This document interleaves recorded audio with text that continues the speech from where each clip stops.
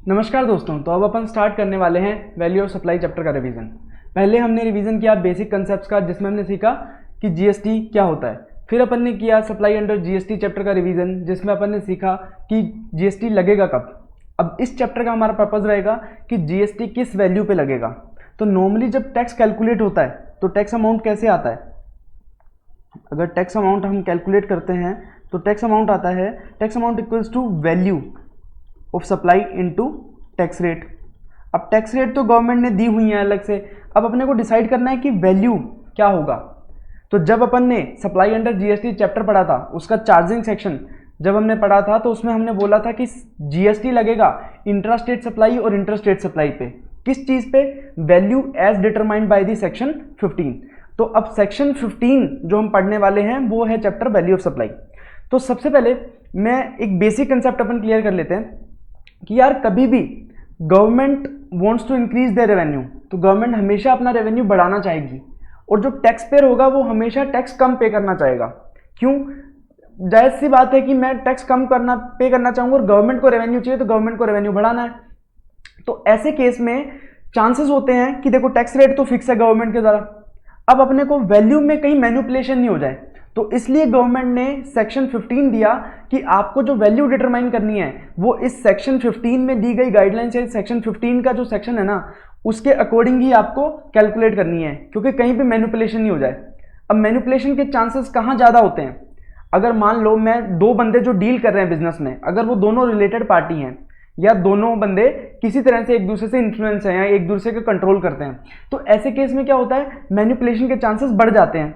तो गवर्नमेंट ने बोला ठीक है, अगर रिलेटेड पार्टी की बात आएगी तो हम एक अलग से एक और रूल्स दे देंगे कि आपको इस अकॉर्डिंग ही वैल्यू डिसाइड करनी है।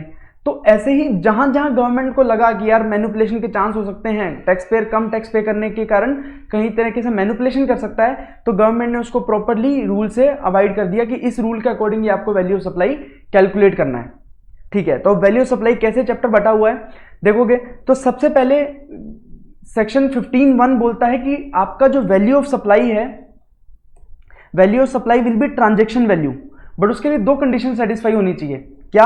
एक तो आप सप्लाई है जो अनरिलेटेड पर्सन को कर रहे हैं, ठीक है, क्योंकि रिलेटेड पर्सन की अगर जब बात आएगी तो रिलेटेड पर्सन में हो सकता है कि आपने मैनिपुलेशन किया हो, तो वहां पे ट्रांजैक्शन वैल्यू को हम वैल्यू ऑफ सप्लाई नहीं ले सकते।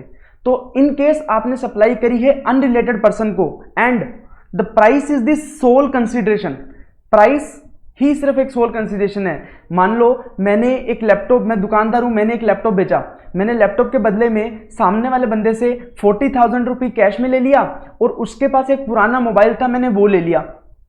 अब आइडियली अगर मैं लैपटॉप किसी अनरिलेटेड पर्सन को प्राइस के लिए, फुल प्राइस के लिए बेचता तो 50,000 रुपीज होता, बट यहां पे तो मैंने 40,000 ही कैश लिया, तो कहीं मैं 40,000 पे ही जीएसटी पे नहीं करूं। इसके लिए ऐसा बोल दिया कि अगर price is not the sole consideration, इस ट्रांजैक्शन में 40,000 रुपीज कैश था प्राइस प्लस मोबाइल फोन था, तो यहां पे प्राइस सोल कंसिडरेशन नहीं है, अकेली कंसिडरेशन नहीं है।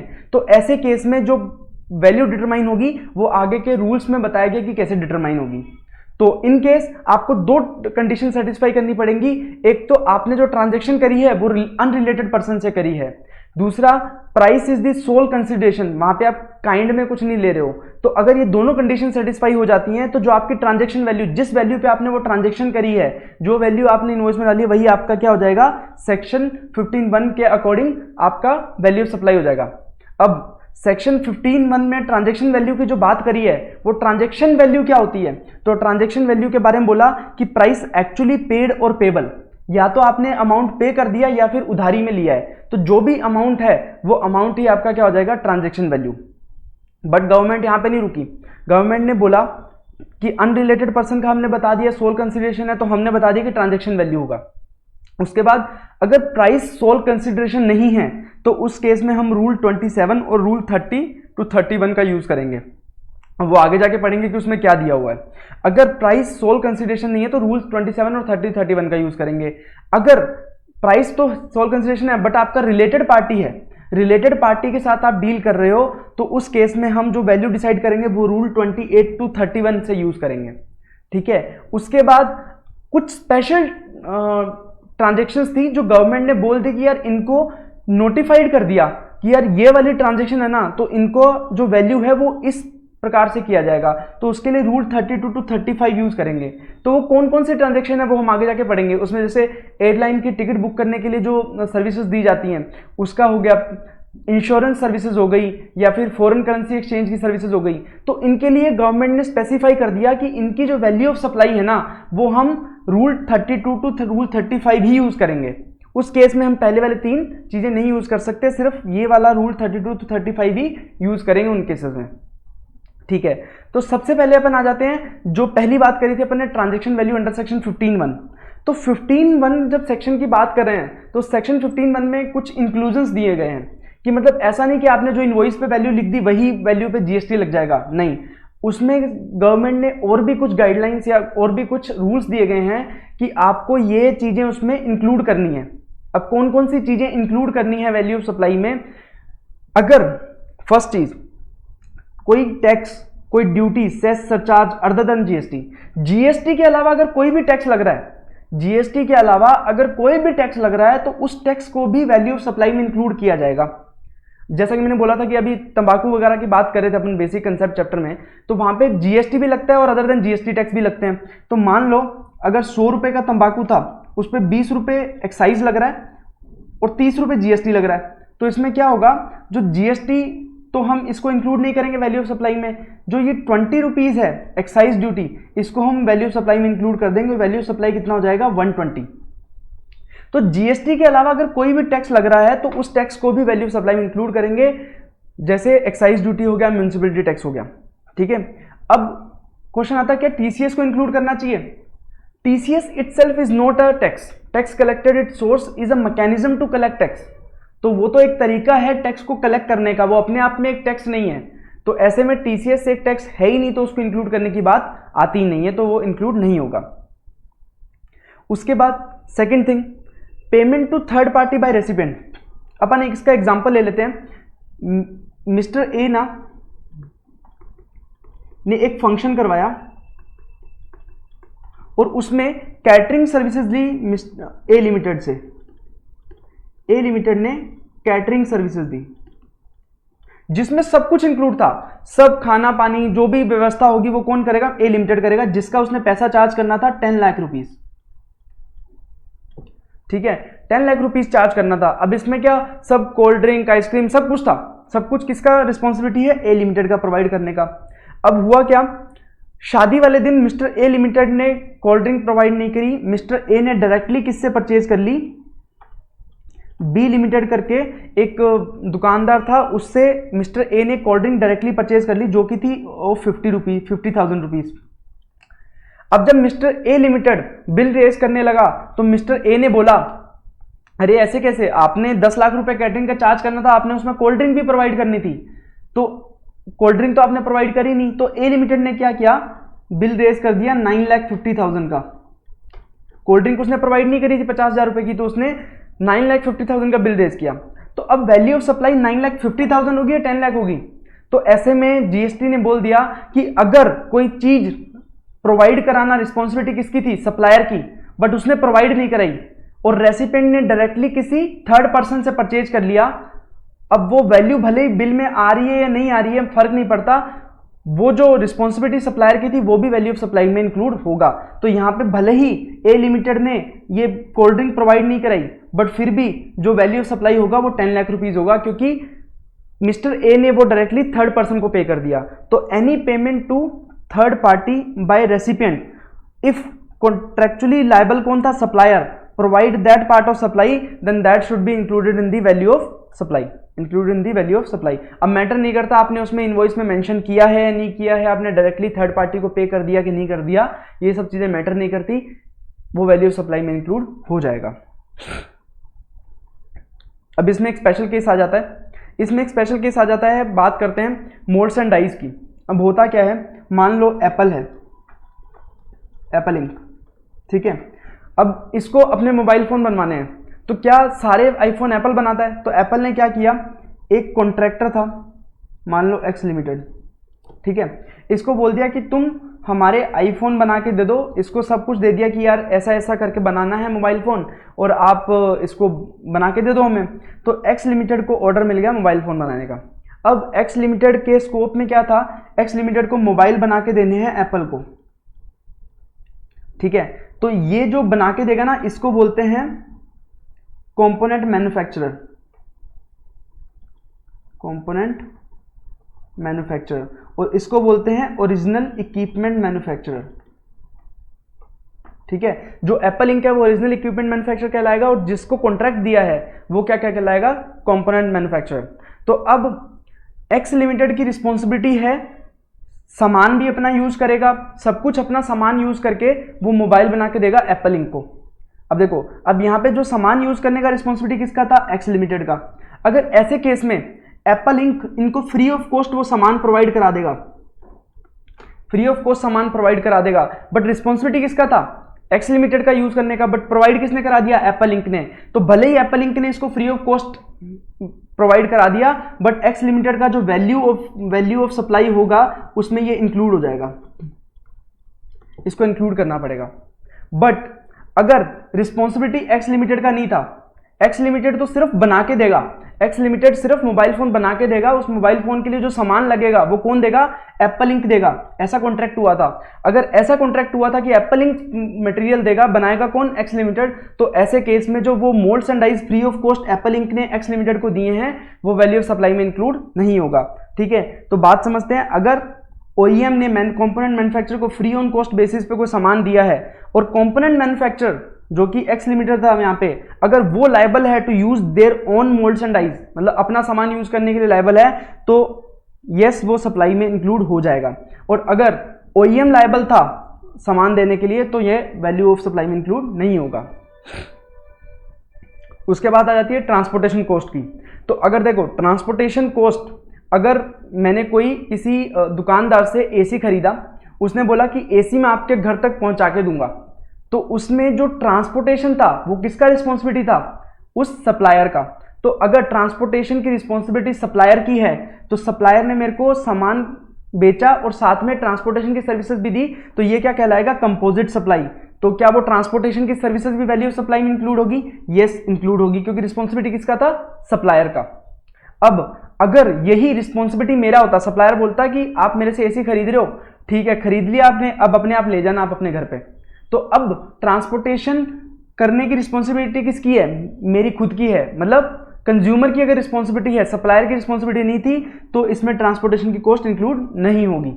अब भले ही वो ट्रांसपोर्टेशन अरेंज कौन करके दे रहा है, सप्लायर करके दे रहा है, क्योंकि सप्लायर की जान पहचान थी, आसपास से अरेंज कर दिया, बट रिस्पॉन्सिबिलिटी सप्लायर की थी नहीं पहुंचाने की, रिस्पॉन्सिबिलिटी किसकी थी, कंज्यूमर की ही थी लेके जाने की। तो इस ऐसे केस में जो ट्रांसपोर्टेशन कॉस्ट है वो इंक्लूड नहीं की जाएगी। और अगर रिस्पॉन्सिबिलिटी सप्लायर की थी प्रोवाइड कराने की, तो यस इंक्लूड की जाएगी और उसे कंपोजिट सप्लाई माना जाएगा। टैक्स रेट कौन सी लगेगी, मेन सप्लाई की, अपन ने पढ़ा था सप्लाई अंडर जीएसटी चैप्टर में, ठीक है। तो अपन ने दो चीजें पढ़ी, एक तो कोई भी टैक्स ड्यूटी सेस सरचार्ज वगैरह है जो कि अदर देन जीएसटी है वो इंक्लूड हो जाएगा। सेकंड, कोई भी थर्ड पार्टी को अगर पेमेंट कर रहा है रेसिपिएंट, ठीक है, जिसके लिए रिस्पॉन्सिबल कौन था पे करने के लिए, सप्लायर, तो ऐसी कोई भी कॉस्ट है तो वो भी इंक्लूड हो जाएगी वैल्यू ऑफ सप्लाई में। देन आता है इंसिडेंटल एक्सपेंसेस। मैंने टीवी खरीदा किसी इलेक्ट्रॉनिक मैन्युफैक्चरर से, तो मैंने उसे बोला कि यार तुम ना कहीं रास्ते में टूट नहीं जाए टीवी, उसकी स्पेशल पैकिंग कर देना, तो स्पेशल पैकिंग का मेरे से पैसा ले लेना। तो ऐसा कुछ भी अपन कोई काम करवाते हैं जो कि अपनी मेन सप्लाई से रिलेटेड है, इंसिडेंटल एक्सपेंसेस हैं, तो उसको भी किसमें, वैल्यू ऑफ सप्लाई में इंक्लूड कर दिया जाएगा। मान लो पैकिंग एक्सपेंस हो गए, कमीशन हो गया, या फिर आपने वो सामान को लोड करवाया, तो ऐसा कोई भी एक्सपेंस कर दिया, जैसे कि मैंने आपको एग्जांपल दिया टीवी टूट नहीं जाए तो मैंने स्पेशल पैकिंग करवा ली, तो वो स्पेशल पैकिंग का खर्चा भी इसमें इंसिडेंटल एक्सपेंसेस में इंक्लूड होकर ऐड हो जाएगा। देन फोर्थ पॉइंट है amount charge for anything done by supplier before delivery. अब मैंने बोला सप्लायर को, बोला सप्लायर यार तुम मुझे कोई सामान बेच रहे हो ना, पहले इसकी टेस्टिंग करवा दो। मैंने बोला कि तुम मुझे सामान बेचोगे, इसकी पहले टेस्टिंग करवा दो। तो सप्लाई करने से पहले, मतलब डिलीवरी करने से पहले अगर सप्लायर ने कोई कॉस्ट इनकर करी है, मान लो उसका इंस्पेक्शन करवाना था, या मैंने बोला कि इसको कस्टमाइज कर दो मेरे तरीके से, मैं किसी फर्नीचर वाली दुकान पे गया, मैंने बोला कि यार मेरे को बेड खरीदना है, मैंने बेड खरीदा, वहां पड़ा था, बेड खरीद लिया, वो था 20,000 रुपए का। अब मुझे उस बेड में ना ड्रॉर चाहिए थी, तो मैंने बोला कि यार इसमें ड्रॉर लगवा दो, तो सप्लायर ने बोला ठीक है हम ड्रॉर लगवा देंगे बट उसका एक्स्ट्रा पैसा चार्ज करेंगे। तो कुछ भी अगर आपने एक्स्ट्रा किया है बिफोर डिलीवरी, तो ऐसी कोई भी अगर जो कॉस्ट है वो भी किस में, वैल्यू ऑफ इंक्लूड में, वैल्यू ऑफ सप्लाई में इंक्लूड हो जाएगी। कौन कौन सी चीजें, कस्टमाइजेशन हो गया, मॉडिफिकेशन हो गया, इसका अगर कोई चार्जेस लग रहा है, या फिर कोई भी इंसिडेंटल एक्सपेंस है। Yes, next point is interest fee penalty for delayed payment. अब मैंने क्या किया, अब ए ने बी से माल खरीदा, परचेज किया ऑफ रुपीज 10 लाख। तो ए ने बी को बोला कि यार तुम 2 महीने के लिए वेट कर लो, मैं 2 महीने बाद तुम्हें पेमेंट कर दूंगा। तो बी बोला ठीक है 2 महीने बाद पेमेंट कर देना, बट उस पर इंटरेस्ट लगेगा अगर तुमने 2 महीने के बाद लेट कर दिया, डिले कर दिया।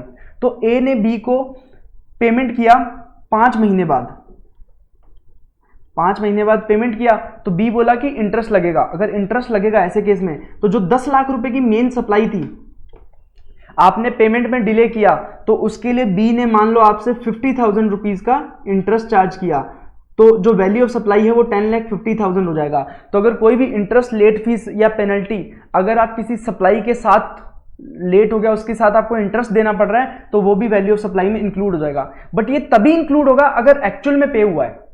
मान लो अगर यहाँ पे बी और ए के रिलेशन बहुत अच्छे थे और ए ने बोला कि यार मैं इंटरेस्ट नहीं दे सकता, भले ही मैंने लेट कर दिया पेमेंट में, तो बी ने बोला ठीक है यार मत दे, वेव ऑफ कर दिया। तो अगर एक्चुअल में वो वेव ऑफ कर दिया ना, तो उस केस में वो इंटरेस्ट उसका वैल्यू सप्लाई का पार्ट नहीं बनेगा। ये तभी होगा जब एक्चुअली रिकवर हुआ है, अदरवाइज अगर वेव हो गया तो पार्ट ऑफ वैल्यू सप्लाई नहीं होगा। और अगर इंक्लूड हो रहा है वैल्यू सप्लाई में, तो क्या माना जाएगा, कंपोजिट सप्लाई। और टैक्स रेट कौन सी लगेगी, जो मेन सप्लाई की टैक्स रेट है। ठीक है, मेन सप्लाई पे जो टैक्स रेट लग रही है वही फुल वैल्यू पे टैक्स रेट लगेगी, क्योंकि ये कंपोजिट सप्लाई माना जाएगा। देन जो इंटरेस्ट है, ये जो 50,000 रुपये का एडिशन हुआ, तो इंटरेस्ट को हमेशा क्या माना जाएगा, इंक्लूसिव ऑफ जीएसटी। तो इंक्लूसिव ऑफ जीएसटी, तो इसको अपने को एक्सक्लूसिव ऑफ जीएसटी करना पड़ेगा वैल्यू ऑफ सप्लाई में लेने के लिए। तो 50,000 मान लो 12% की रेट है, तो इस प्रकार से अपन इसको वैल्यू ऑफ सप्लाई कैलकुलेट कर सकते हैं। तो कितना आ जाएगा, 50,000 divide by 112 into 100 divide by 112 into 100, तो ये हो जाएगा 44,643 इतना अमाउंट। तो मतलब अगर कहीं भी इंटरेस्ट वगैरह का एडिशन आता है, तो ऐसे केस में हम ये माना जाएगा कि इंटरेस्ट में टैक्स भी इंक्लूडेड है, तो ऐसे में उसको एक्सक्लूसिव ऑफ टैक्स करना पड़ेगा, जिसका फॉर्मूला होगा interest divide by 100 plus rate into 100। तो इस प्रकार से हम वैल्यू सप्लाई कैलकुलेट कर लेंगे। देन उसके बाद बात आती है सब्सिडी की। तो सब्सिडी के केस में ऐसा होता है कि अगर सब्सिडी दी है सेंट्रल गवर्नमेंट या स्टेट गवर्नमेंट ने, तो हम उस सब्सिडी को वैल्यू ऑफ सप्लाई में इंक्लूड नहीं करते हैं। अगर सब्सिडी दी है अदर देन स्टेट गवर्नमेंट और सेंट्रल गवर्नमेंट ने, तो हम उसे वैल्यू ऑफ सप्लाई में इंक्लूड करते हैं। फॉर एग्जांपल, एक नोटबुक थी, नोटबुक, तो क्या हुआ, ए लिमिटेड ने नोटबुक सप्लाई करी, नोटबुक सप्लाई करी, इन्होंने नोटबुक का रेट पर दिया 80 रुपीज, ठीक है। और ए लिमिटेड ने ये 80 रुपीज का प्राइस क्यों दिया, नोटबुक 100 रुपीज की थी, बट ए लिमिटेड ने बोला हम इसे 80 रुपीज में दे देंगे। क्यों, क्योंकि सेंट्रल गवर्नमेंट और स्टेट गवर्नमेंट ने बोला कि हम आपको 20 रुपीज का सब्सिडी दे देंगे। अगर मान लो आप कोई भी नोटबुक बेचते हो, तो आप 80 रुपये ले लेना सामने वाले से, 20 रुपये सेंट्रल गवर्नमेंट या स्टेट गवर्नमेंट आपको पर कॉपी की सेल पे देगी। तो अब यहाँ पे इसको तो 100 रुपये मिल गए, तो वैल्यू ऑफ सप्लाई क्या होनी चाहिए, 100 रुपये या 80 रुपये। तो यहाँ पे चूंकि जो ये सब्सिडी किसने दी है, सेंट्रल गवर्नमेंट या स्टेट गवर्नमेंट ने, तो ये जो वैल्यू ऑफ सप्लाई होगी वो सिर्फ 80 रुपीज होगी, ठीक है। तो हम जो ट्रांजैक्शन वैल्यू है उसमें ये सब्सिडी ऐड नहीं करेंगे, इनके सेंट्रल गवर्नमेंट या स्टेट गवर्नमेंट ने सब्सिडी दी है। अब मान लो यही सब्सिडी एनजीओ ने दी होती, अगर यही सब्सिडी मान लो कोई एनजीओ दे देता, अगर एनजीओ दे देता तो हम पूरा वैल्यू कंसिडर करेंगे, उस सब्सिडी को भी ऐड करेंगे। भले ही आपने 80 रुपये में कॉपी बेची है, बट 20 रुपये आपको एनजीओ से भी तो मिल रहे हैं, तो टोटल वैल्यू ऑफ सप्लाई क्या हो जाएगा, 100 रुपीज। बट अगर सेंट्रल गवर्नमेंट और स्टेट गवर्नमेंट ने दी होती तो सब्सिडी उसमें इंक्लूड नहीं होती थी। हाँ, बट सब्सिडी ऐसा नहीं कि कुछ भी सब्सिडी दे दी तो आप उसको एक्सक्लूड कर दोगे, ये डायरेक्टली लिंक टू प्राइस होनी चाहिए। अब देखो यहाँ पे सेंट्रल गवर्नमेंट और स्टेट गवर्नमेंट के सब्सिडी देने की वजह से वो 100 रुपये की नोटबुक 80 रुपये की बिकी, तो इसका मतलब ये जो सब्सिडी है वो डायरेक्टली लिंक है प्राइस से। तो अगर ऐसी कोई सब्सिडी है तभी इसको एक्सक्लूड किया जाएगा, वरना इसको एक्सक्लूड नहीं किया जाएगा, और इनकेस एनजीओ वगैरह है तो ऐड किया जाएगा, वरना ऐड नहीं किया जाएगा। ठीक है, ये तो सारे इंक्लूजन थे। कौन कौन से इंक्लूजन थे? एक तो हमने पढ़ा था कि टैक्स, ड्यूटी, सेस वगैरह जो भी जीएसटी के अलावा कोई भी है तो वो ऐड हो जाएगा। अगर आपने थर्ड पार्टी को, रेसिपिएंट ने पेमेंट कर दी, जिसके लिए रिस्पॉन्सिबल कौन था? सप्लायर, तो वो भी ऐड हो जाएगा। अगर कोई incidental expenses like packing expenses, commission वगैरह दे दिया तो वो भी ऐड हो जाएगा। अगर कोई डिलीवरी करने से पहले कोई खर्चा किया है सप्लायर ने तो वो भी ऐड हो जाएगा। देन कोई इंटरेस्ट, फीस या पेनल्टी कोई डिले पेमेंट के लिए अगर इनकर हुई है और वो एक्चुअल में लगाई गई है, वेव ऑफ नहीं हुई है, तो उसको भी वैल्यू ऑफ सप्लाई में इंक्लूड कर लिया जाएगा। हालांकि उसको माना जाएगा कि वो इंक्लूसिव ऑफ टैक्स है तो उसको एक्सक्लूसिव ऑफ टैक्स कन्वर्ट करना पड़ेगा। उसके बाद अगर कोई सब्सिडी सेंट्रल गवर्नमेंट या स्टेट गवर्नमेंट ने दी है तो आपका ट्रांजैक्शन वैल्यू ही वैल्यू सप्लाई होगा, उसमें उस सब्सिडी को ऐड नहीं किया जाएगा। बट अगर किसी एनजीओ वगैरह ने दी है तो उसमें उस सब्सिडी को ऐड कर दिया जाएगा और वैल्यू ऑफ सप्लाई उसके बाद आएगा। ठीक है, अब एक और चीज बोली कि क्या क्या चीजें एक्सक्लूड कर सकते हो वैल्यू ऑफ सप्लाई से। तो मान लो डिस्काउंट दिया, अगर डिस्काउंट देखो दो टाइप के होते हैं।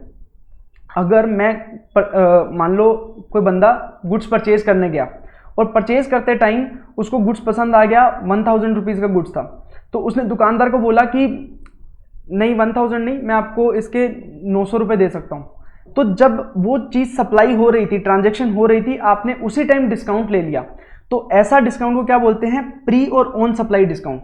मतलब अभी सप्लाई हुआ नहीं है, उससे पहले ही आपने डिस्काउंट का डिस्कशन कर लिया, अभी तक इनवॉइस बना ही नहीं है, तो इनवॉइस में भी ये इंक्लूड हो जाएगा। बट एक डिस्काउंट कुछ होते हैं कि बाद में मिलते हैं डिस्काउंट, जैसे सप्लायर ने बोला कि अगर आप 10 दिन में पेमेंट कर दोगे तो मैं आपको 2% डिस्काउंट दे दूंगा। तो अब जिस टाइम सप्लाई हुई उस टाइम तक तो पता नहीं था ना कि वो 10 दिन में पेमेंट करेगा या नहीं करेगा, तो डिस्काउंट नहीं लगाया गया। बट अगर वो 10 दिन में पेमेंट कर देता है तो उसको 2% का डिस्काउंट मिल जाएगा। या फिर हो सकता है सप्लायर ने बोला हो कि आप ऐसा करो, मैं गुड्स आपको सप्लाई कर देता हूं, अगर आपने 1000 से ज्यादा आपने गुड्स बेच दिए तो मैं आपको 10% वॉल्यूम डिस्काउंट दे दूंगा। तो ये डिस्काउंट भी कब मिला? सप्लाई होने के बाद। तो ऐसे डिस्काउंट्स को बोलते हैं पोस्ट सप्लाई डिस्काउंट। तो प्री और ऑन सप्लाई डिस्काउंट को हम वैल्यू ऑफ सप्लाई में से एक्सक्लूड कर सकते हैं, प्रोवाइडेड जो डिस्काउंट है बिफोर और ऑन मेकिंग सप्लाई है, सप्लाई होने या उससे पहले हमने वो डिस्काउंट दिया है और उसको इनवॉइस में शो कर दिया गया। तो इनवॉइस में शो करना पड़ेगा कि जो प्राइस था वो 100 रुपीज़ था, minus discount 20 rupees and 80 rupees. तो ये जो 20 रुपीज़ है इसको एक्सक्लूड कर दिया जाएगा वैल्यू ऑफ सप्लाई से, और वैल्यू ऑफ सप्लाई 80 रुपीज़ ले लिया जाएगा। ठीक है, हाँ, अब पोस्ट सप्लाई डिस्काउंट की बात करते हैं। ओल्ड डिस्काउंट, अब जो ये पोस्ट सप्लाई डिस्काउंट है ना, ये अपन ने बात करी कि वो वॉल्यूम डिस्काउंट हो सकते हैं, पेमेंट डिस्काउंट हो सकते हैं, तो ये तभी रिड्यूस करा जाएगा जब ये 3 कंडीशन सेटिस्फाई होंगी। अगर ये 3 कंडीशन सेटिस्फाई हो रही हैं तो हम जो डिस्काउंट का वैल्यू है उसको वैल्यू ऑफ सप्लाई में से कम कर देंगे, वरना हम उसको कम नहीं करेंगे। जैसे डिस्काउंट जो मिल रहा है वो एज पर कॉन्ट्रैक्ट मिल रहा है, जो कि जब हमने सप्लाई करी थी तभी था। जैसे मैंने दुकानदार से जब मैं सप्लाई ले रहा था गुड्स की, तभी मैंने बात कर ली थी कि अगर मैंने 1000 से ज़्यादा गुड्स बेचे तो आप मेरे को 10% डिस्काउंट दोगे। तो ये चीज़ कब डिसाइड हो गई थी? जब मैं सप्लाई कर रहा था। तो सप्लाई जब हो रहा था उससे पहले ही अगर मैंने कॉन्ट्रैक्ट में ये डिसाइड कर लिया है कि मेरे को ये डिस्काउंट मिलेगा तो ये घटा सकते हैं। और कौन कौन सी चीज़ें करनी पड़ेंगी? इनवॉइस से डायरेक्टली लिंक हो सकता है क्या? कौन से इनवॉइस से रिलेटेड ये डिस्काउंट है वो पता होना चाहिए। तीसरा, जिस बंदे ने ये सामान खरीदा था उसने जो जीएसटी पे किया था सप्लायर ने, उसका आईटीसी ले लिया होगा। तो अगर डिस्काउंट मिलेगा और डिस्काउंट का आपको जीएसटी कम करना है तो आपने जो आईटीसी लिया था उसको भी प्रोपोर्शनेटली कम करना पड़ेगा। लेट्स से मान लो मिस्टर ए ने मिस्टर बी को सेल किया 1000 आइटम्स, ठीक है, एट द रेट 50 रुपीज़। ठीक है, तो कितने का सेल हुआ? 50,000 रुपीज़। जब ये सेल हो रहा था तो मिस्टर बी को मिस्टर ए ने बोला था कि अगर आप ये पूरे के पूरे गुड्स बेच देते हो तो मैं आपको 10% डिस्काउंट दे दूंगा। तो अब जब बिल बना तब तो 50,000 रुपये बना दिया। अब क्या पता था ये 1000 गुड्स बेचेंगे या नहीं बेचेंगे। अब क्या हुआ, मिस्टर बी ने 1000 के 1000 गुड्स बेच दिए। ठीक है, तो अब मिस्टर ए इनको डिस्काउंट कितना देना चाहते हैं? 10%। तो 10% डिस्काउंट कितना हुआ? 5,000 रुपये का डिस्काउंट। तो अब ये डिस्काउंट सप्लाई में से तभी कम किया जा सकता है, ये डायरेक्टली लिंक्ड टू प्राइसेस है। होना चाहिए कि ये ठीक है 50,000 वाला जो बिल था उससे रिलेटेड डिस्काउंट है, आप लिंक कर सकते हो, परफेक्ट। दूसरा, अब आपने जो 50,000 की सेल करी थी, मान लो इस पे 9,000 का जीएसटी था, तो ये 9,000 का आपने आईटीसी ले लिया होगा, बट अगर यही मैं डिस्काउंट कम कर देता तो मेरी सेल कितने की होती, 45,000 की, और इस पे जीएसटी कितना होता, 8100 रुपीज। तो यस, मैंने जो 9,000 का आईटीसी लिया था उस पे मेरे को 10% आईटीसी भी रिवर्स करना पड़ेगा, 900 रुपये मेरे को रिवर्स करना पड़ेगा, तभी जाके मैं इसका डिस्काउंट कम कर सकता हूं वैल्यू ऑफ सप्लाई में से। ठीक है, तो 3 कंडीशन कौन से फुलफिल होनी चाहिए, जो डिस्काउंट है वो एज पर कॉन्ट्रैक्ट मिला है जो कि एग्जिस्टिंग था on the date of supply. ठीक है, दूसरा, उस डिस्काउंट को आप लिंक कर पा रहे हो इनवॉइसेस से। तीसरा, आपने जो प्रोपोर्शनेट आईटीसी है, जो आपने आईटीसी ले रखा था उसमें से प्रोपोर्शनेट आईटीसी को रिवर्स कर दिया है, जितना डिस्काउंट मिला उतना आईटीसी भी रिवर्स कर दिया। अगर ये 3 चीजें हो गई हैं तभी आप ये पोस्ट सप्लाई डिस्काउंट को रिड्यूस कर सकते हो। ठीक है, तो अभी ये तो बात हो गई ट्रांजैक्शन वैल्यू की, जब price is the sole consideration and supplied to unrelated person. तो अगर ये दोनों कंडीशन सेटिस्फाई हो रही हैं तो ट्रांजैक्शन वैल्यू कैसे डिसाइड करनी है, ये हमने अभी डिस्कस कर लिया। हमने डिस्कस कर लिया कि जो एक्चुअल में प्राइस पे किया है या पेबल है उसमें ये 6 चीजें इंक्लूड करनी है और 2 चीजें एक्सक्लूड करनी है अगर दी हुई हैं तो। अब ये तो ऐसे में डिसाइड होगा। अब अपने को आगे के रूल्स पढ़ने हैं कि अगर मान लो रिलेटेड पार्टी के साथ ट्रांजैक्शन हो रही है तो मैं वैल्यू कैसे डिसाइड करूंगा, या फिर जहां पे price is not the sole consideration वहां पे मैं वैल्यू कैसे डिसाइड करूंगा, और कुछ जो स्पेशल केसेस गवर्नमेंट ने बताए हुए हैं वहां पे मैं वैल्यू कैसे डिसाइड करूंगा, ये हम आगे के रूल्स में पढ़ने वाले हैं। तो जो रूल 27 है, रूल 27 बताता है कि हम वैल्यू ऑफ सप्लाई क्या लेंगे in case consideration not whole in money. ठीक है, मैंने क्या किया, मैंने आधा तो पैसा कैश में दे दिया और आधा मैंने कोई गुड्स दे दिया। ठीक है, तो ऐसे केस में प्राइस एक सोल कंसिडरेशन नहीं है, इसलिए जिसको इसका वैल्यू जो डिसाइड होगा वो एज पर रूल 27 होगा। ये कब कब होता है, जैसे मान लो बार्टर का केस है या एक्सचेंज का केस है, ऐसे केसेस में price is not the sole consideration, तो ऐसे केस में हम किसका यूज करेंगे, रूल 27 का वैल्यू डिसाइड करने के लिए। रूल 28 कब यूज करेंगे, मान लो जो कोई भी ट्रांजैक्शन अगर रिलेटेड पर्सन और डिस्टिंक्ट पर्सन के बीच में हो रही है तो उसका वैल्यू डिसाइड करने के लिए हम रूल यूज करेंगे रूल 28। ठीक है, अगर कोई ट्रांजैक्शन प्रिंसिपल और एजेंट के बीच में हो रही है तो उसके लिए हम रूल 29 यूज करेंगे। प्रिंसिपल और एजेंट के बीच की ट्रांजैक्शन के लिए रूल 29 यूज होगा।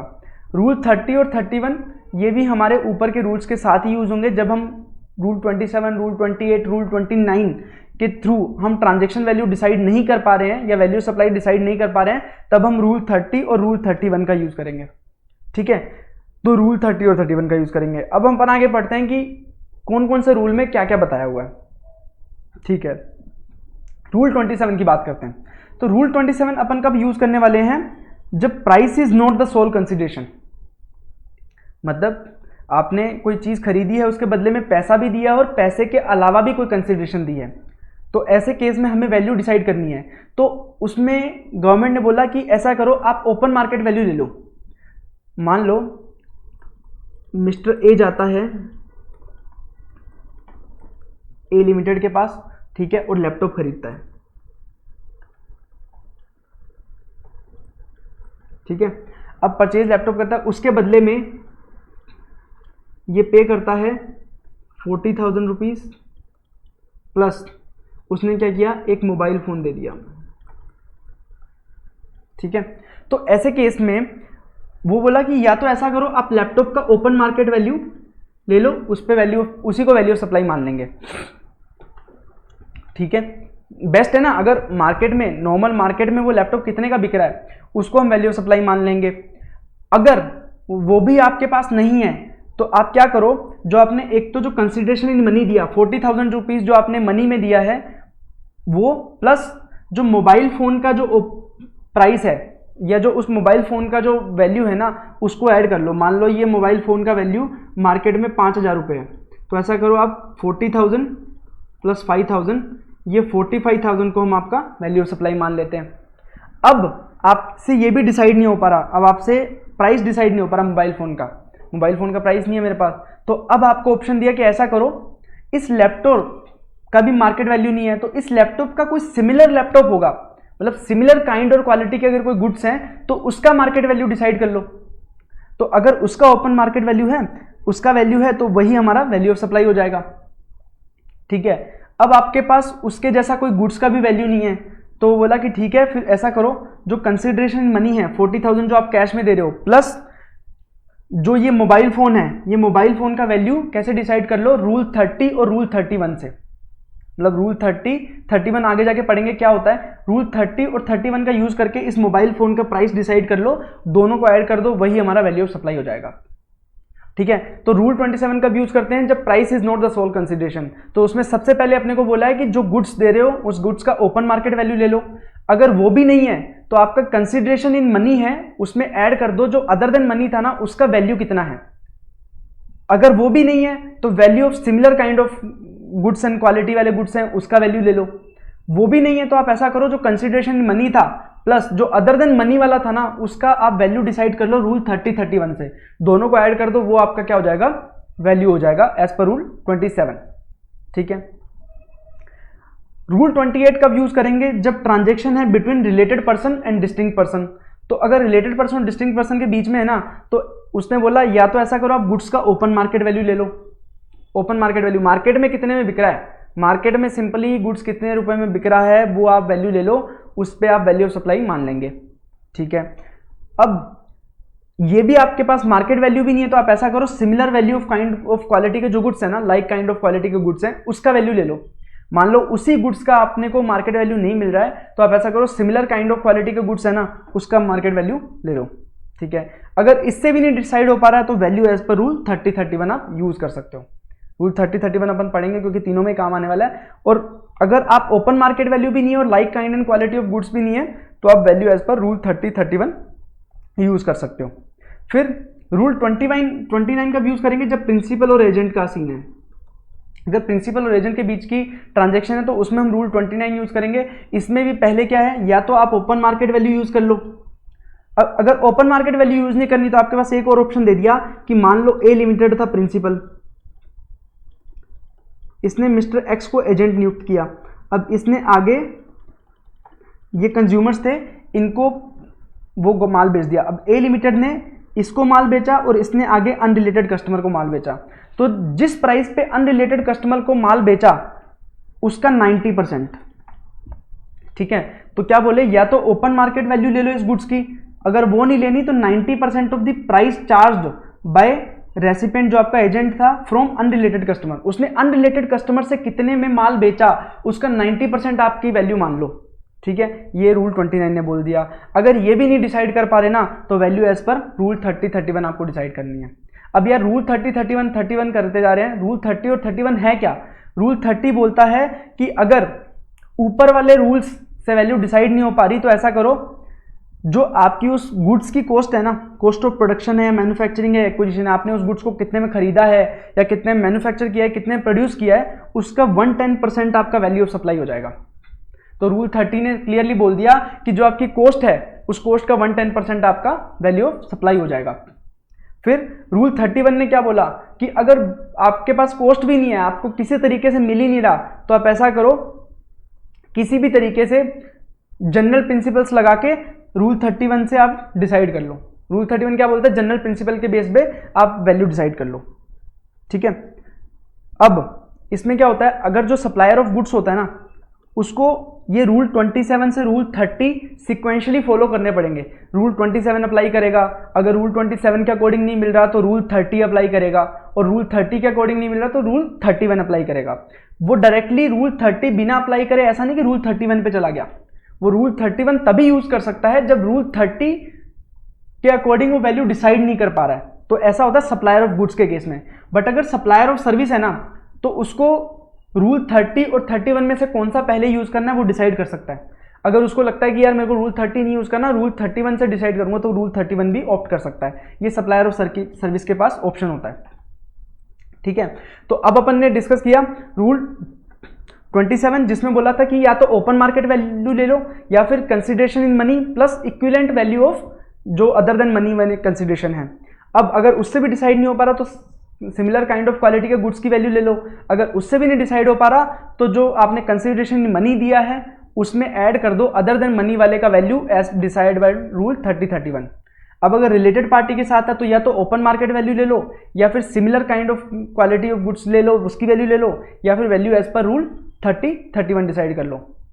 29 में बोला, 29 जो कि प्रिंसिपल एजेंट के रिलेशनशिप के लिए है, उसमें बोला या तो ओपन मार्केट वैल्यू ले लो, या फिर जो एजेंट ने आगे जाके गुड्स बेचा है अनरिलेटेड कस्टमर को उसका 90% ले लो। दोनों में से कोई भी ले सकते हो। अगर फिर भी डिसाइड नहीं कर पा रहे हो तो रूल 3031 को यूज कर लो।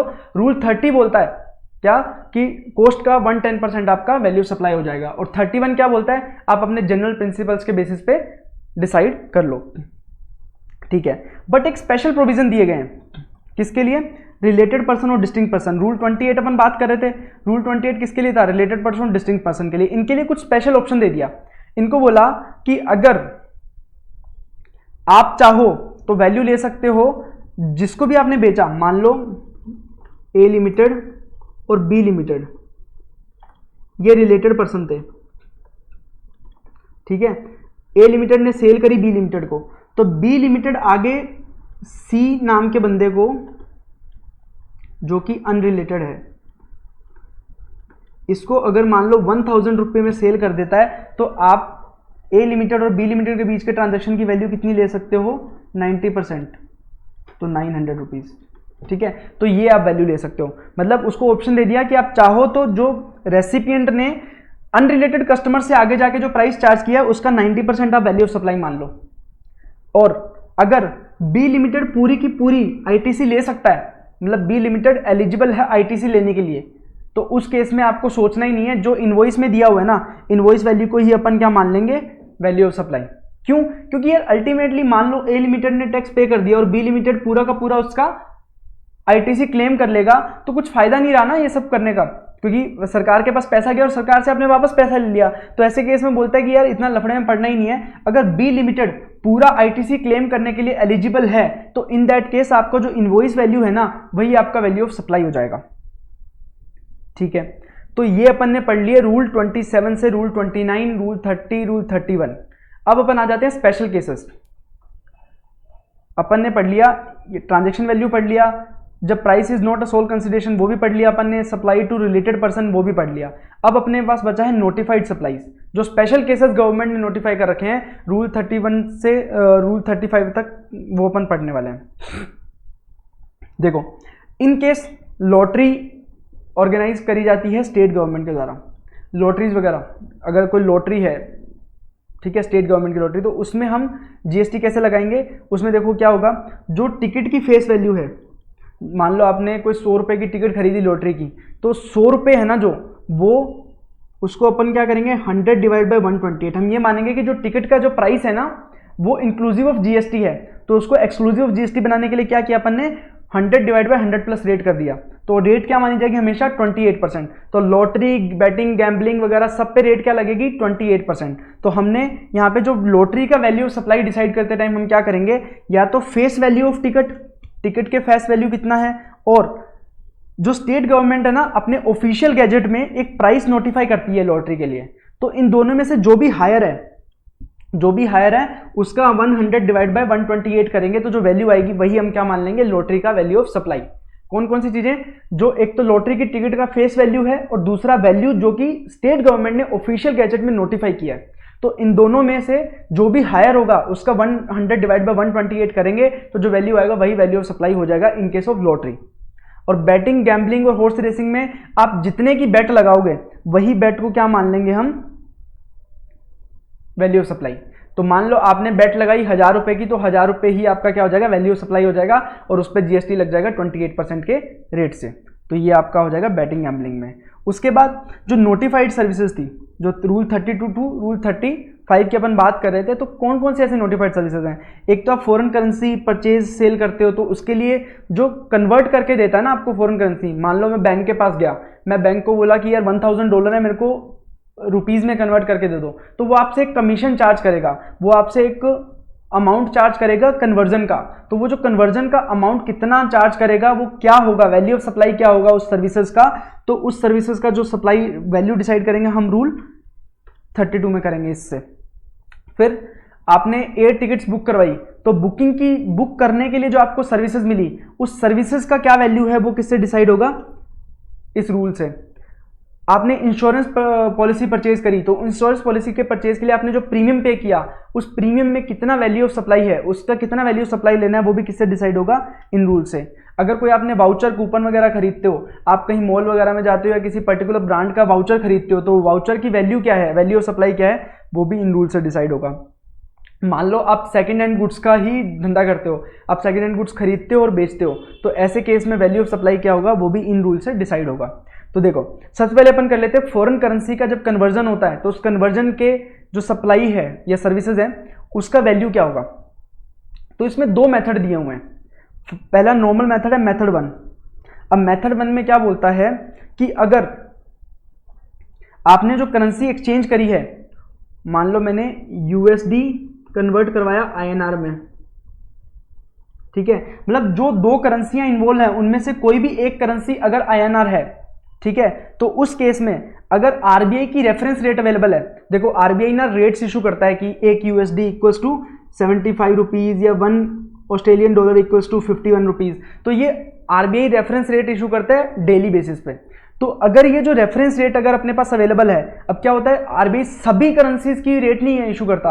अब मान लो कोई छोटी मोटी कंट्री है, उसका कोई करेंसी है, मान लो पाकिस्तान रुपीज है, उसका मान लो आरबीआई ने कोई रेट इशू नहीं कर रखा, बट आप कन्वर्ट करा रहे हो, तो ऐसे केस में क्या होगा वो हम अलग से देखेंगे। मान लो अब रेफरेंस रेट अवेलेबल है, मेरे पास $1000 थे, ठीक है, मैं कन्वर्ट करवाने गया, आरबीआई की रेफरेंस रेट थी 78 रुपीज, ठीक है। अब मेरे को क्या किया, जब मैं कन्वर्ट कराने गया, मेरे को बैंक ने बोला मैं इस $1 का आपको 77 रुपीज दूंगा।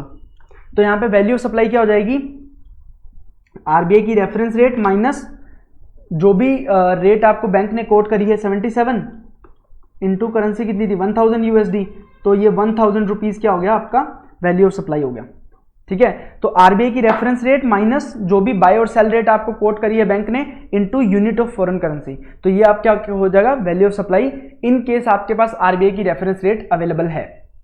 अब मान लो आपके पास आरबीआई की रेफरेंस रेट अवेलेबल नहीं है, तो आप क्या करोगे, जो ये $1000 है, ठीक है, आपने कन्वर्ट कराया, ये 78 रुपीज आपके पास रेट थी नहीं, तो अब आपको बैंक ने $1000 का कितना दे दिया, 77,000 रुपीज दे दिया। आपको 77,000 रुपीज जब बैंक ने दिया, तो अब वैल्यू कितनी होगी, इसका 1% ले लो, 770 रुपीज, तो इसको मान लेंगे। तो क्या हुआ, अगर जो दो करेंसी कन्वर्ट हो रही हैं, उन दोनों करेंसी में से कोई भी अगर करेंसी अगर आईएनआर है और आपके पास आरबीआई की रेफरेंस रेट अवेलेबल है, तो आरबीआई की रेफरेंस रेट और बैंक की रेट में जो डिफरेंस आ रहा है वो ही आपका क्या हो जाएगा वैल्यू ऑफ सप्लाई। अगर आरबीआई की रेफरेंस रेट अवेलेबल नहीं है, तो 1% ऑफ अमाउंट आपका क्या हो जाएगा वैल्यू ऑफ सप्लाई। अब जो मैंने करेंसी कन्वर्ट करवाई दोनों ही आईएनआर नहीं है, मैंने क्या किया, यूएसडी को कन्वर्ट करवाया ऑस्ट्रेलियन डॉलर में, या मान लो मैंने कैनेडियन डॉलर को कन्वर्ट करवाया ऑस्ट्रेलियन डॉलर में। अब इन दोनों ही करेंसी में आईएनआर इन्वॉल्व ही नहीं है, तो मैं कैसे वैल्यू ऑफ सप्लाई निकालूं। तो इसमें बोला कि आप ऐसा करो, इन दोनों करेंसी को आरबीआई रेफरेंस रेट से कन्वर्ट करके देखो। मान लो सीएडी का, मान लो मैंने 1000 सीएडी कन्वर्ट कराए, ठीक है, और उसके बदले मेरे को 2000 एयूडी मिले। मान लो इसका वैल्यू है 100 रुपये, आरबीआई रेफरेंस है 100 रुपये, तो 1000 का 100 रुपये कितना हो गया, 1 लाख रुपीज वैल्यू हो गई। अब ऑस्ट्रेलियन डॉलर का मान लो प्राइस है 52 रुपीज, ठीक है, तो इसकी वैल्यू कितनी हो गई 1,01,000 रुपीज। अब दोनों में से जो भी लोअर है वो कितना है 1 लाख, तो इसका 1% हमारा क्या हो जाएगा वैल्यू ऑफ सप्लाई, ठीक है। तो अगर इनकेस दोनों ही करेंसी जो एक्सचेंज करी हैं उन दोनों में ही करेंसी में आईएनआर नहीं है, तो आप दोनों करेंसी को आरबीआई की रेफरेंस रेट पे कन्वर्ट करके देखोगे। अब कन्वर्ट करने के बाद जो लोअर अमाउंट आएगा उसका आपको 1% ले लेना है, वो आपका क्या हो जाएगा value of supply. If none of the currency exchange is INR then 1% of lesser of amount obtained by converting both the foreign currency at RBI reference rate in INR, ठीक है। तो ये आपका हो जाएगा, ये तो हो गया मेथड 1। अब मान लो आपको मेथड 1 यूज नहीं करना, आप जाना चाहते हो मेथड 2 में, तो एक बार आपने मेथड 2 ऑप्ट कर लिया ना, तो आप विड्रॉ नहीं कर सकते rest of the financial year. मान लो फाइनेंशियल ईयर चल रहा था अप्रैल टू मार्च, 23, ठीक है। अब आपको सितंबर में जाके लगा कि यार मेरे को मेथड 2 से पे करना है, तो अब आपने अगर सितंबर में आपने मेथड 2 ऑप्ट कर लिया तो आप 31 मार्च 2023 तक आपको मेथड 2 के अकॉर्डिंग ही कैलकुलेट करना पड़ेगा, आप मेथड 1 में वापस नहीं जा सकते, ठीक है। तो आप ड्यूरिंग द ईयर जब भी आप मेथड 2 ऑप्ट कर लोगे ना, उसके बाद उस पूरे फाइनेंशियल ईयर के लिए, उसके बाद के पूरे फाइनेंशियल ईयर के लिए आपको मेथड 2 ही यूज करना पड़ेगा। तो मेथड 2 में क्या बोलता है कि अगर आपने जो करेंसी कन्वर्ट कराई वो है अप टू ₹1 लाख, तो आपका कितने रुपए लगेंगे, 1% ऑफ द अमाउंट और 250 rupees whichever is higher, ठीक है। मान लो मैंने 1000 USD कन्वर्ट कराए 70 रुपये की रेट पे, तो कितना हुआ 70,000 रुपये, तो 70,000 का 1% और 250 विच एवर इज हायर, तो 700 रुपये हायर होगा, 700 रुपये मेरा अमाउंट आ जाएगा वैल्यू ऑफ सप्लाई का। अब अगर अमाउंट है exceeding 1 lakh but less than 10 lakh, अब अमाउंट जो कन्वर्ट कराइए वो 1 लाख से तो ज्यादा है बट 10 लाख से कम है, तो अब देखो मैं आपको एग्जांपल के थ्रू बताता हूं तो आसानी से समझ आएगा।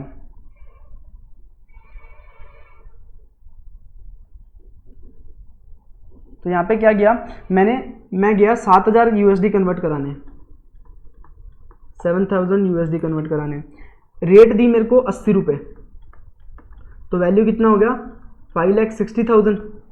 अब ये क्या है 1 लाख से तो ज़्यादा है पर 10 लाख से कम है, तो देखो सबसे पहले तो जो 1 लाख पे 1% लगा 1,000, तो ये ऐड हो गया। उसके बाद मेरे को बोला गया कि 5,60,000 जो अमाउंट है उसमें से 1 लाख कम कर दो, उस पर तो अपन ने 1,000 रुपये लगा दिया ऑलरेडी वैल्यू ऑफ सप्लाई, तो बाकी कितना बचा 4,60,000 रुपये, तो 4,60,000 रुपये का 0.5% कितना हुआ 2,300 रुपये,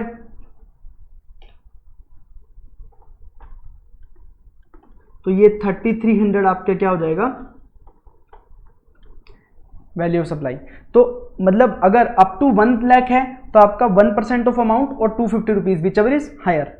फिर अगर 1 लाख से ऊपर बढ़ जाता है अमाउंट बट 10 लाख से कम है, तो 1 लाख तक के लिए तो आपने 1,000 रुपये चार्ज कर लिया, उसके बाद का जो अमाउंट है 1 लाख से जितना भी अमाउंट ऊपर होगा उस पर कितना लगेगा 0.5% अप टू 10 लाख तक। अब अगर मान लो वो 10 लाख से भी ऊपर चला जाए, मान लो यही जो है ये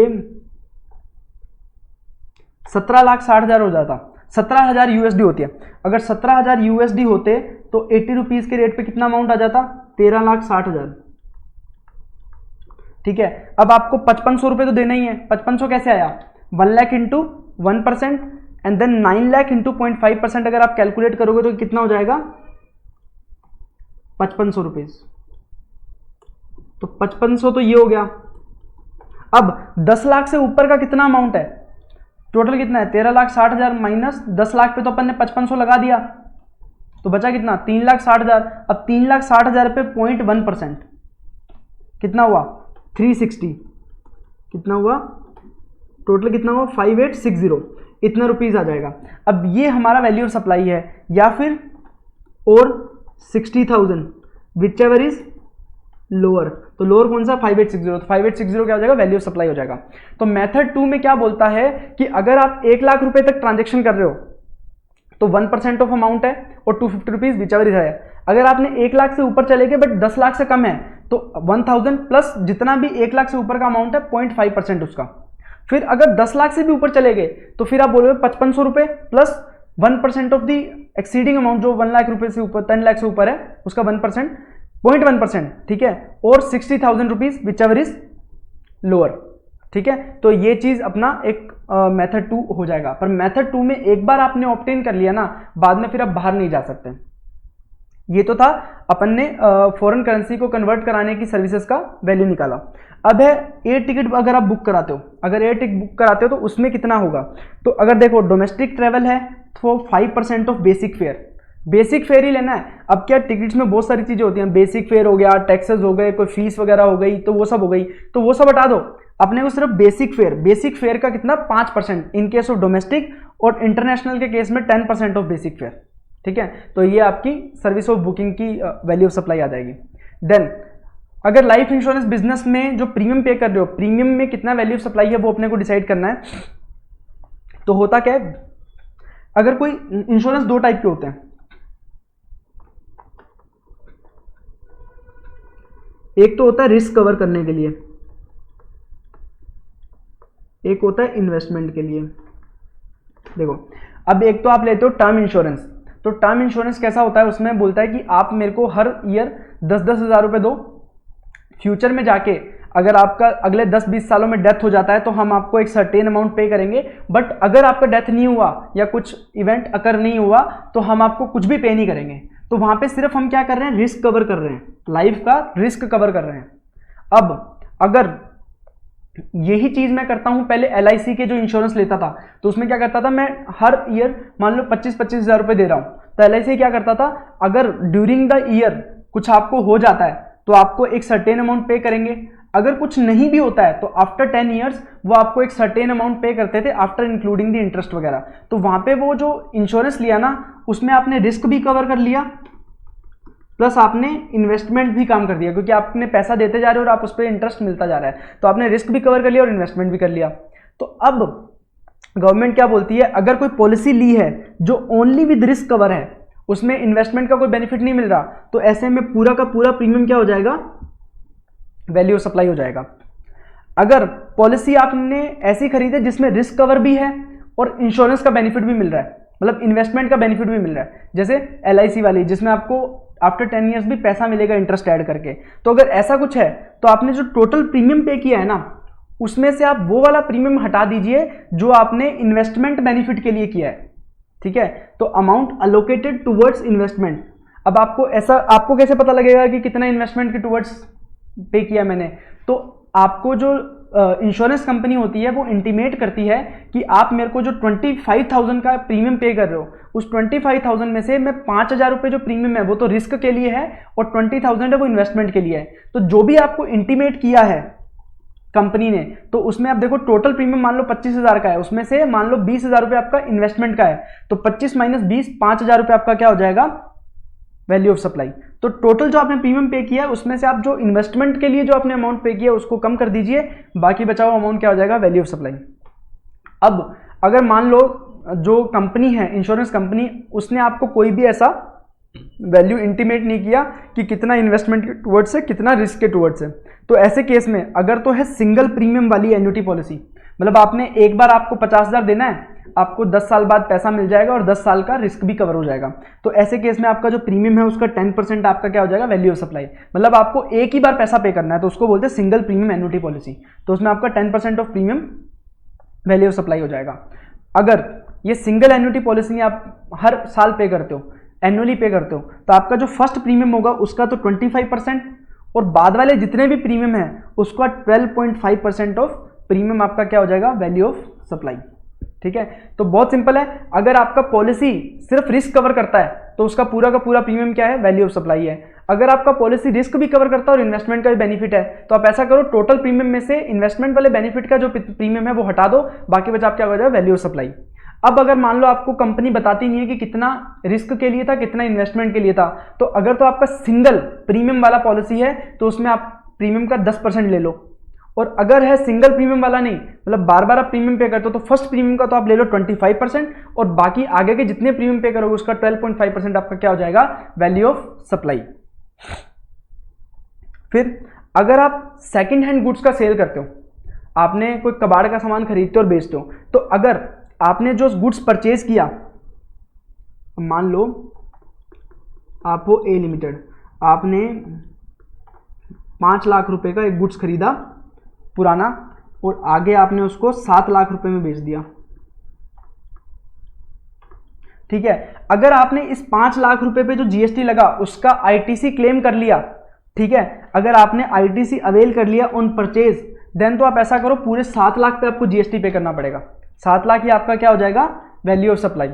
बट अगर आपने इस पे 5 लाख का आईटीसी नहीं लिया, if ITC not availed on purchase, तो आप ऐसा करो 7 लाख माइनस 5 लाख 2 लाख पे जीएसटी पे कर सकते हो।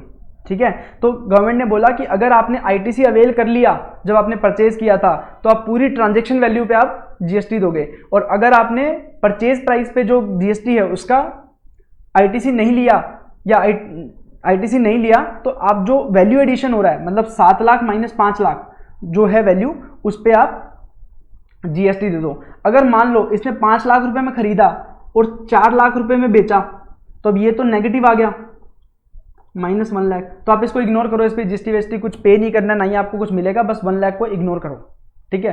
तो अगर आपने 5 लाख को 7 लाख रुपए में बेच दिया तो 2 लाख रुपए पे आप जीएसटी पे कर दो, अगर आपने आईटीसी अवेल नहीं किया है 5 लाख पे। और अगर नेगेटिव वैल्यू आती है तो उसको इग्नोर करना है, ठीक है। अब कोई अगर वाउचर खरीदते हो या कोई ऐसा टोकन कूपन वगैरह खरीदते हो, जैसे मान लो मैं किसी मॉल में गया, मैंने किसी ब्रांड के पास गया और उससे मैंने वाउचर खरीदा, तो एक ऑफर चल रहा था कि आप 500 रुपये में 2000 का वाउचर खरीद सकते हो। मैंने उसको 500 रुपये पे किए, मैंने 500 रुपये पे किए, उसने मेरे को 2000 रुपये का वाउचर बेच दिया। अब उसने बोला कि 2000 रुपये के वाउचर से आप 2000 रुपये तक का वैल्यू का आप परचेज कर सकते हो। तो ऐसे में वैल्यू ऑफ सप्लाई 500 रुपये होगा या 2000 रुपये होगा, क्योंकि मैंने तो ये वाउचर 500 रुपये में खरीदा है। तो इसमें ऐसा बोला गया कि वाउचर कितने प्राइस के लिए यूज किया जा सकता है, तो यहाँ पे जो वाउचर है वो 2000 रुपये के लिए यूज किया जा सकता है, तो 2000 will be value of supply. तो जो मनी वैल्यू है for which it is redeemable, वही हमारा क्या हो जाएगा, वैल्यू ऑफ सप्लाई, ना कि जितना मैंने पे किया है, ठीक है, ये हो जाएगा। उसके बाद ये तो थे रूल 32 में बताया गया था कि कौन कौन से स्पेशल ट्रांजेक्शन्स हैं जिसपे हमें वैल्यू ऑफ सप्लाई कैसे कैलकुलेट करना है। देन आ जाता है रूल 33। अब ये क्या है, इसमें आता है प्योर एजेंट का कंसेप्ट, ठीक है, प्योर एजेंट का कंसेप्ट। इसमें क्या बोलता है कि अगर मान लो एक सिंपल एग्जांपल देता हूँ, मेरे पास क्लाइंट ए आया, मिस्टर ए, और एक एबीसीएन कंपनी करके सीए फॉर्म थी, ठीक है। मिस्टर ए ने बोला कि मेरे को एक कंपनी बनानी है XY लिमिटेड, आप ऐसा करो ये कंपनी फॉर्म करवा दो, इनकॉर्पोरेशन करवा दो। तो एबीसीएन कंपनी ने बोला ठीक है हम फॉर्म करवा देंगे, 20,000 रुपीज़ हम चार्ज करेंगे, प्लस जो भी MCA की फीस होगी, मतलब मिनिस्ट्री ऑफ कॉर्पोरेट अफेयर्स की अगर कोई सेपरेटली फीस होगी उसके पोर्टल पे करनी पड़ेगी आपकी कंपनी के इनकॉर्पोरेशन के लिए, तो वो हम सेपरेटली आपसे लेंगे। तो अब यहां पे क्या हुआ, ये हुआ प्योर एजेंट। ये क्या कर रहा है, आपके बिहाफ पे ये पेमेंट कर रहा है MCA फीस, जो कि इसके खुद की सर्विसेज के लिए नहीं है, ये सेपरेटली एक अमाउंट पे कर रहा है जो आपसे एज इट इज आपसे रिकवर कर लेगा, रिइंबर्स करवा लेगा। तो इस कंसेप्ट को बोलते हैं प्योर एजेंट का कंसेप्ट। तो अब क्या हुआ, अब ये इसमें कौन कौन से कंडीशन सेटिस्फाई करने पड़ेंगी अगर आपको प्योर एजेंट करवाना है तो प्योर एजेंट कौन होता है, उसके लिए कौन कौन से कंडीशन सेटिस्फाई करनी पड़ेंगी। प्योर एजेंट होता कौन है, उसके लिए 4 कंडीशन सेटिस्फाई करेंगे। आप कॉन्ट्रेक्चुअल अग्रीमेंट में एंटर हुए हो with recipient to act as a pure agent to incur expenditure. अब यहाँ पे देखो सीए फॉर्म सर्विसेज दे रही है कौन सी, इनकॉर्पोरेशन करवाने की, तो यहाँ पे रेसिपिएंट कौन है, मिस्टर ए, ठीक है। आप इसके साथ अग्रीमेंट में एंटर हुए हो सर्विसेज प्रोवाइड कराने के लिए, ठीक है। अब एबीसी कंपनी को इस कंपनी से कोई मतलब नहीं होना चाहिए, कंपनी ने जो भी सर्विसेज दी है, एबीसीएन कंपनी है ना, जो आपका सप्लायर है, जो आपका प्योर एजेंट है, उसको आपके गुड्स एंड सर्विसेज से कुछ भी मतलब नहीं है, ना तो उसका कोई टाइटल होल्ड करता है, ना ही वो करना चाहता है, ठीक है, ना ही आपके गुड्स एंड सर्विसेज को वो अपने यूज के लिए यूज करता है, और वो आपसे सिर्फ एक्चुअल अमाउंट ही लेगा।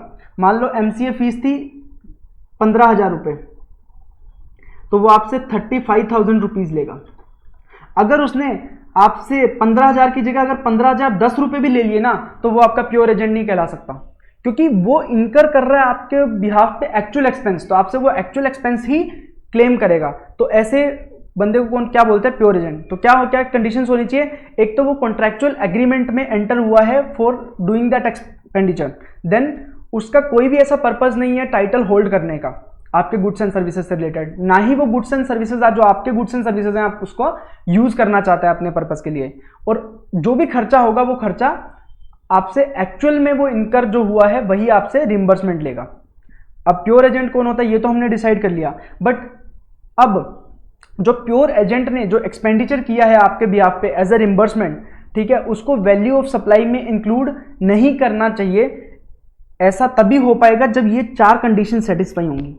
अगर ये 4 कंडीशन सेटिस्फाई हो रही हैं तो हम प्योर एजेंट ने जो एज ए प्योर एजेंट जो खर्चा किया उसको वैल्यू ऑफ सप्लाई में इंक्लूड नहीं करेंगे। क्या क्या कंडीशन सेटिस्फाई होनी चाहिए, कि जो पेमेंट किया गया वो ऑन बिहाफ ऑफ रेसिपिएंट किया गया, मतलब एबीसीएन कंपनी ने मिस्टर ए के बिहाफ पे पेमेंट किया है, एक्चुअल में जो कंपनी किसकी बन रही है, मिस्टर ए की, एमसीए को मिस्टर ए के बिहाफ पे पेमेंट किया है और रेसिपिएंट ने सप्लायर को ऑथराइज किया था, मतलब मिस्टर ए ने एबीसीएन कंपनी को ऑथराइज किया था वो पेमेंट करने के लिए। देन सप्लायर इस अमाउंट को सेपरेटली इनवॉइस में शो करेगा, ठीक है। सप्लायर ने अगर उसको सेपरेटली इनवॉइस में शो किया तभी ये एक्सक्लूड कर पाएंगे हम। और पेमेंट है वो एडिशनल टू ओन अकाउंट। अब इसने 20,000 की खुद की सर्विसेज दी थी, उसके अलावा एक एक्सपेंस किया है जो कि एज अ प्योर एजेंट के नेचर में है, ठीक है। तो अगर ये 4 कंडीशन सेटिस्फाई हो जाती हैं तो हम मान लेंगे कि ये वैल्यू ऑफ सप्लाई में नहीं आएगा। क्या क्या कंडीशन होनी चाहिए, पेमेंट किया है on behalf of principal, principal ने ऑथराइज किया है उस पेमेंट को करने के लिए, आपने उसको सेपरेटली शो किया है इनवॉइस में, और पेमेंट इन एडिशन टू जो एक्चुअल आपने जो सप्लाई ली है, आपने सर्विसेज ली हैं उसके अलावा आपने कुछ पेमेंट किया है, ठीक है। बट क्वेश्चंस में ना hotel expense, travelling expense, telephone expense करके नेचर से एक्सपेंसेस आते हैं जो कि आप एक्चुअल रिम्बर्समेंट बेसिस पे लेते हो। तो अगर ऐसा कोई एक्सपेंसेस आपने रिम्बर्समेंट लिया है टू परफॉर्म सर्विसेज, वो प्योर एजेंट वाली कैटेगरी में नहीं आएंगे, इसको वैल्यू ऑफ सप्लाई में इंक्लूड किया जाएगा। तो इसको क्या किया जाएगा, इंक्लूड किया जाएगा इन वैल्यू ऑफ सप्लाई, इसको एक्सक्लूड नहीं करेंगे, ठीक है। कौन कौन सी चीजें, होटल एक्सपेंस, ट्रैवलिंग एक्सपेंस और टेलीफोन एक्सपेंसेस वगैरह, ठीक है, इनको वैल्यू ऑफ सप्लाई में इंक्लूड किया जाएगा, ठीक है। फिर आता है स्पेशल केस। स्पेशल केस कौन सा, एयरपोर्ट लेवीज का। तो होता क्या है, नॉर्मली जब अपन एयर टिकट खरीदते हैं तो जब हम एयरपोर्ट का यूज करते हैं, जब भी हम हमें उड़ान भरनी होती है, तो एयरपोर्ट जो ऑपरेटर होता है, जो एयरपोर्ट को देखरेख करता है, एयरपोर्ट को ऑपरेट करता है, तो उसको भी एयरपोर्ट को चलाने के लिए कुछ फीस चार्ज करता है। उसे बोलते हैं एक तो पैसेंजर सर्विस फीस और एक यूजर डेवलपमेंट फीस। यूडीएफ और पीएसएफ करके एक सर्विसेज के लिए चार्ज करता है कौन, airport operator. Airport operator, airport levies बोलते हैं इनको। इनको कौन चार्ज करता है, एयरपोर्ट ऑपरेटर। किससे चार्ज करता है, पैसेंजर से। किस चीज के लिए, एयरपोर्ट की सर्विसेज के लिए, ठीक है। आप एयरपोर्ट यूज कर रहे हो, उसके लिए आपसे कोई फीस चार्ज कर रहा है airport operator. But airport operator आपसे कैसे रिकवर करेगा अमाउंट, तो उसने एयरलाइन को बोला कि जब भी आप टिकट बेचोगे ना, तो टिकट में ये वाला अमाउंट ऐड कर देना। तो एयरलाइंस एयरपोर्ट ऑपरेटर के बिहाफ पे जो यूजर डेवलपमेंट फीस है, पीएसएफ है, जो एयरपोर्ट लेवीज हैं, वो कलेक्ट कर रही है आपसे कलेक्ट करके, कंज्यूमर से कलेक्ट करके किसको पे कर रही है, एयरपोर्ट ऑपरेटर को, on behalf of airport operator. तो क्या हुआ, मैंने जब टिकट खरीदी तो मैंने पैसा किसको दिया, एयरलाइन को। तो एयरलाइन ने उस पैसे में एयरपोर्ट ऑपरेटर का पैसा भी ले लिया और उस पैसे को बाद में एयरपोर्ट ऑपरेटर को दे दिया। तो यहाँ पे कौन कौन सी सर्विसेज हैं, एक तो देखो एयरपोर्ट ऑपरेटर ने पैसेंजर को सर्विस दी, कौन सी, एयरपोर्ट सर्विसेज, जिसके लिए वो फीस चार्ज करी, तो वो क्या हो जाएगी, टैक्सेबल हो जाएगी। और टैक्स ऑपरेटर कौन पे करेगा, एयरपोर्ट ऑपरेटर, और कलेक्ट कौन करेगा, एयरलाइंस। तो एयरलाइंस ने जब आपसे वो यूजर फीस वगैरह ली ना, तो उस पर टैक्स भी कलेक्ट कर लिया और वो किसको दे दिया, एयरपोर्ट ऑपरेटर को। तो एयरपोर्ट ऑपरेटर अब क्या करेगा, अपनी फीस अपने पास रख लेगा और जो उस पर टैक्स होगा वो गवर्नमेंट को पे कर देगा, ठीक है। अब जो एयरलाइंस हैं, एयरलाइंस ने एयरपोर्ट ऑपरेटर के बिहाफ पे आपसे पैसा कलेक्ट किया, तो एयरलाइंस बोलेंगी भैया एयरपोर्ट ऑपरेटर को, हम तुम्हारे बिहाफ पे पैसा क्यों कलेक्ट करें जनता से। तो एयरपोर्ट ऑपरेटर बोलता है ठीक है, आपको मैं कुछ पैसा दे दूंगा इस सर्विसेज का, आप मेरे बिहाफ पे लोगों से पैसा कलेक्ट कर रहे हो, तो उसके लिए, उस सर्विसेज के लिए मैं आपको कुछ पैसा दूंगा। वो जो सर्विसेज के लिए जो पैसा दे रहा है कमीशन, वो भी कमीशन किसने, एयरलाइंस ने सर्विसेज प्रोवाइड कराई है एयरपोर्ट ऑपरेटर को, किस चीज़ की, पैसा कलेक्शन की। तो उस कमीशन पे एयरलाइंस क्या करेगा, जीएसटी पे करेगा, टैक्सेबल होगा, ठीक है। तो एक तो क्या हुआ, एयरपोर्ट ऑपरेटर ने पैसा चार्ज किया जनता से एयरपोर्ट को यूज करने के लिए, तो उसका पैसा होगा जो एयरलाइंस कलेक्ट करके एयरपोर्ट ऑपरेटर को देंगी। दूसरा चीज है, एयरलाइंस ने जो कलेक्शन किया एयरपोर्ट के बिहाफ पे, तो उसके लिए भी वो पैसा चार्ज करेगी एयरलाइन, तो एयरलाइन का जो सर्विसेज होगा उस पर भी टैक्स लगेगा। देन हमें टैक्स रेट्स कौन सी यूज करनी है, तो अगर तो है गुड्स से अगर फॉरेन करेंसी में, तो उसमें जो सीबीआईसी की नोटिफाइड रेट्स है ना, वही यूज करेंगे। CBIC, central board of indirect tax and custom, तो वो वाली आपको रेट यूज करनी है। बट अगर है सर्विसेज, तो उसके लिए हम रेट ऑफ एक्सचेंज करेंगे, जो कि हम जनरल अकाउंटिंग प्रिंसिपल्स में यूज करते हैं। नॉर्मली जो कंपनीज वगैरह जो रेट यूज करती हैं अपने बुक्स ऑफ अकाउंट्स को मेंटेन करने के लिए, तो वही रेट ऑफ एक्सचेंज को यूज किया जाएगा for in case of services. For goods CBIC को नोटिफाइड रेट, और for services rate of exchange as per the GAAP, ठीक है। तो ये हमने कंप्लीट किया वैल्यू ऑफ सप्लाई चैप्टर। तो इससे रिलेटेड जो भी हो क्वेश्चन वो करके देख लेना, आपके सारे क्वेश्चन सोल्व हो जाने चाहिए।